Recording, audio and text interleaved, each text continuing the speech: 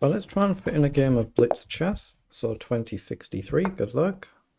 Let's play the normal Caro. You can pretty much pre-move d5, but it's a 5-minute game.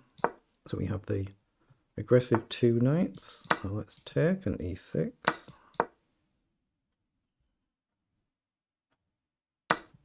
Okay, takes. I think we just take back there and block with the knight if he checks. He doesn't, so we'll hit the pawn. Bishop down, we've got pawn up. We can maybe move the queen, but it's not as aggressive. We still want to be able to make sure that we can castle. What do we want to do? Let's just bring the knight up. And at some point I need to move the bishop. Queen across is a little bit annoying. I mean, now at least I can take and just cast, but he's gone the aggressive route, yeah. Let's see if he takes or drops back then. Probably drop back, probably.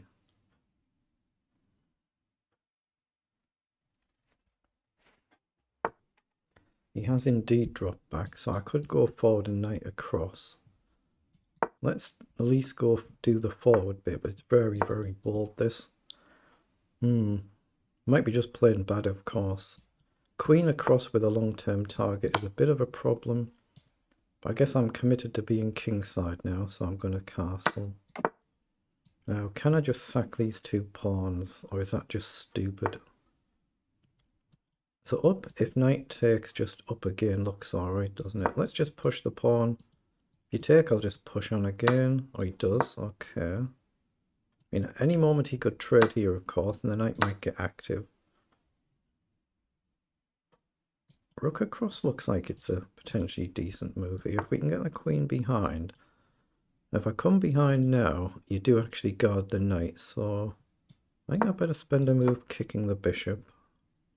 Just say, where are you going to put that bishop?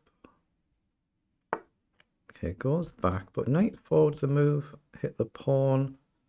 I'm going to do it, because if you push the pawn, we can jump in anywhere. And maybe we can redeploy and charge this knight at some point. But I'm looking at rook across, but right now the queen guards. But otherwise we could potentially get a quick attack on the pawn. Potential being the operative word. So do we drop the knight back now? I'm just going to drop the knight back.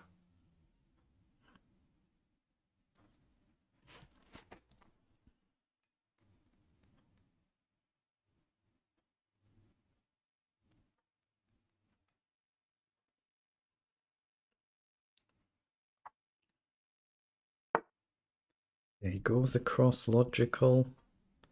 I don't have any tricks, do I? Takes and then knight up. I've got nothing whatsoever.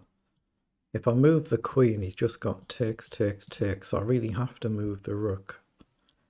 Now I can just drop back and attack the knight and kind of force the issue, I guess. Because now we are actually threatening to take.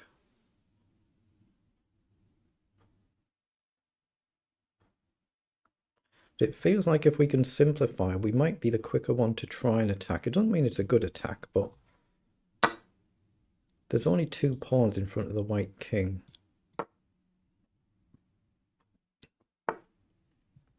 Comes across. Again, I don't think there's any sort of sacrifice there.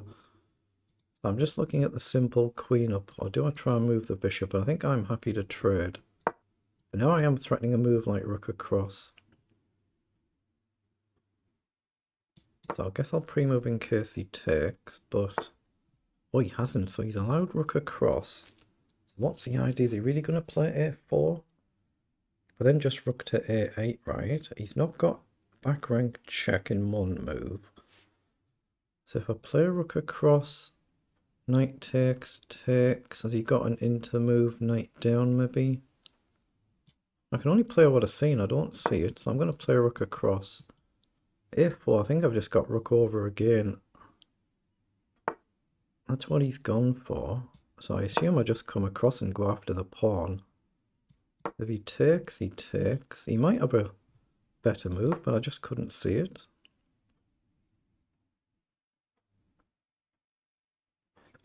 Excuse me. We've got about half our time gone now. Okay, so he's come down. So he's looking at some sort of threat with a back rank, but if I take, I create a mate in one threat. So rook check up, queen. Oh, does he have a triangulation here? Take, check, up, check, up, take, take. I don't see it. I'm going to take because I don't see the finish. There might be one, I'm just not seeing it. But I can't take the rook. I have to move the king, otherwise I lose both rooks. So queen check. I've only really got two moves to think about. F5 might be the better move, even though e6 is then just collapsing, but it might be the better pawn structure around the king. I'll pre-move in case he takes the rook. I don't think he will, but I'm threatening to exchange a rook now because I'd only lose one rook, not two. I'm going to gamble and go f5, even though it invites a load of trouble. Now, is it possible to create an attack here? Because there is a load of trouble coming now. Yeah, that's what he's gone for. I'm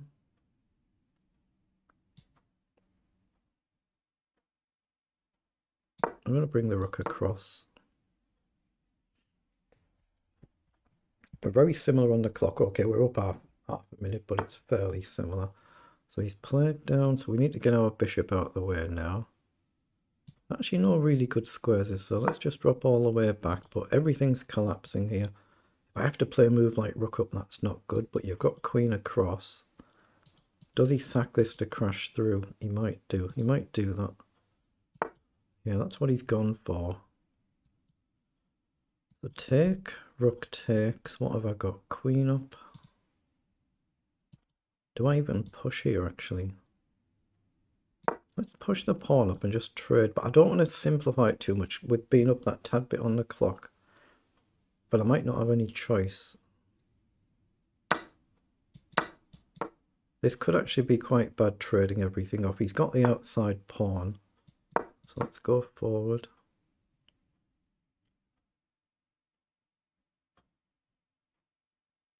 Okay, we have to focus a bit more now because we're getting low on time. But the outside B pawn could be what settles this.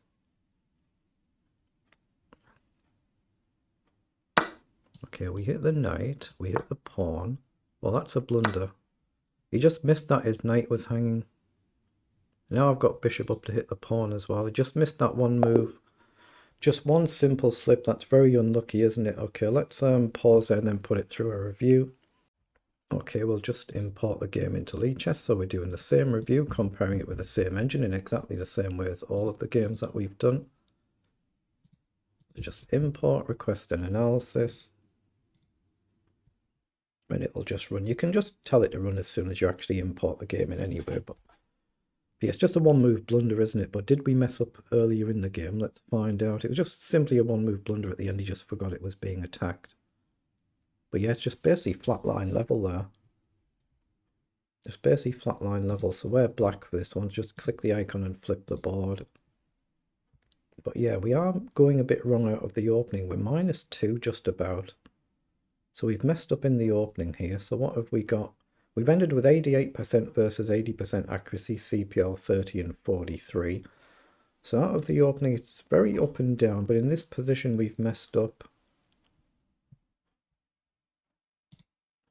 So in this position, we should have played queen up straight away, putting pressure on the pawn, and then maybe we've got the threat of rook across something. So knight into the middle was a mistake, but it's still level. And then we've got a blunder this time.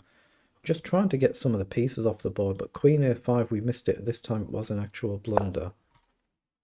-1.8.